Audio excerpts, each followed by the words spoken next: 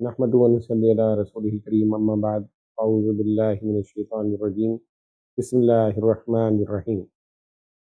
میرے بزرگوں اور دوستوں، ہر مسلمان جو بھی عبادت کرتا ہے اس کا مقصد ہوتا ہے کہ میں اللہ اپنے رب کو راضی کروں، اللہ تبارک و تعالی ہم سے راضی ہو۔ ہمارے ہر عمل کا تقاضا یہی ہے کہ خلوص نیت کے ساتھ جو بھی نیک عمل کیا جائے اللہ تبارک و تعالی اس سے راضی ہوتا ہے۔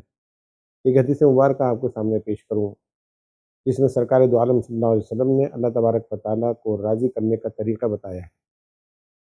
حضرت ام ہانی رضی اللہ تعالیٰ عنہ حضور اکرم صلی اللہ علیہ وسلم کی پھوپھی زاد بہن حضور اکرم صلی اللہ علیہ وسلم سے عرض کرتی ہیں، یا رسول اللہ صلی اللہ علیہ وسلم، حضور کوئی ایسا عمل بتائیے کہ جس سے اللہ رب العزت راضی ہو جائے۔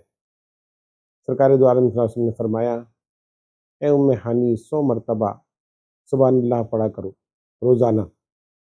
100 مرتبہ سبحان اللہ پڑھنے سے اللہ تبارک و تعالیٰ ایک غلام کو آزاد کرنے کا ثواب عطا فرماتا ہے۔ پھر فرمایا کہ دوسرا عمل یہ ہے کہ 100 مرتبہ تم نے الحمدللہ پڑھنا ہے۔ روزانہ 100 مرتبہ الحمدللہ پڑھو تو 100 ایسے گھوڑوں کے برابر ثواب عطا کیا جاتا ہے جو جہاد کے لیے تیار کیے گئے ہوں۔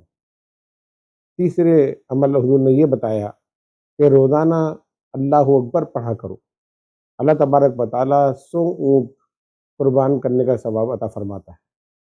پھر فرمایا کہ باقی وقت بچے گا تو ام ہانی عرض کرتی ہیں، رسول اللہ اس میں کیا پڑھیں؟ سرکار دو عالم صلی اللہ علیہ وسلم فرماتے ہیں، پڑھو لا الہ الا اللہ۔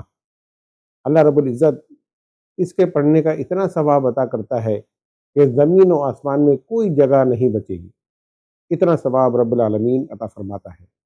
کتنا آسان نسخہ اللہ تبارک و تعالیٰ کو راضی کرنے کے لیے ہمارے آقا و مولا حضور نور صلی اللہ علیہ وسلم نے عطا فرمایا۔ تو ہمیں چاہیے کہ ہم فرض عبادات کے علاوہ ان چیزوں پر غور کریں اور اس عمل کو اپنائیں جو سرکار نے بیان فرمایا، تو ہم اللہ رب العزت کی رضا حاصل کر سکتے ہیں۔ اللہ تبارک و تعالیٰ ہم سب کو نیک اعمال کی توفیق عطا فرمائے، سرکار دو عالم صلی اللہ علیہ وسلم کی احادیث پر عمل کی توفیق عطا فرمائے۔ وما علینا الا البلاغ۔